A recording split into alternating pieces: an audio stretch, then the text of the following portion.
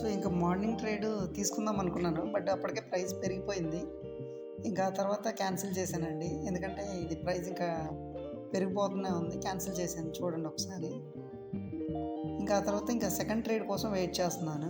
So, ఇంకా కొంచెం సేపటికే trade దొరికిందండి. అంటే ఇది డౌన్ సైడు పడిపోతుంది మార్కెట్ బాగా. ఇంక నేను వెయిట్ చేయకోకుండా వెంటనే తీసుకున్నాను పుట్ ఆప్షను. సో, ఓవరాల్‌గా అయితే ఇది ఇంకా మంచి స్ట్రెంత్ ఉంది డౌన్ సైడు.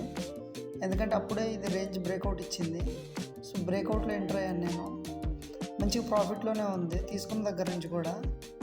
బట్ నేనైతే ఎక్కువ సేపు హోల్డ్ చేయలేదు. ఎందుకంటే సపోర్ట్ లెవెల్ దగ్గర ఉందండి అది డౌన్ సైడు.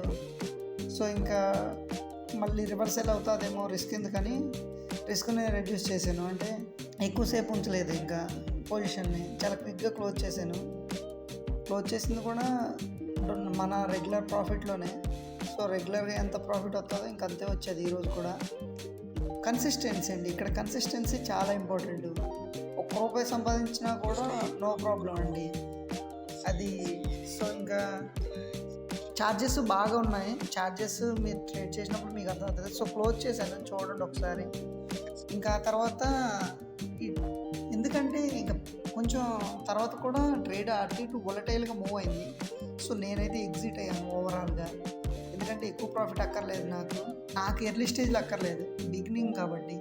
సో, కొంచెం రోజుల తర్వాత ఎందుకంటే ఇప్పుడు ఉన్న పరిస్థితుల్లో మనం క్యాపిటల్‌ని సేవ్ చేసుకోవాలి. అదే మన ప్రైమరీ గోల్ అండి. సో, ఇంకా ఇదేనండి ఓవరాల్‌గా రూ. 135 అలాగ ప్రాఫిట్ వచ్చింది. అంతేనండి. ఇంకా చూసి చేయాలి.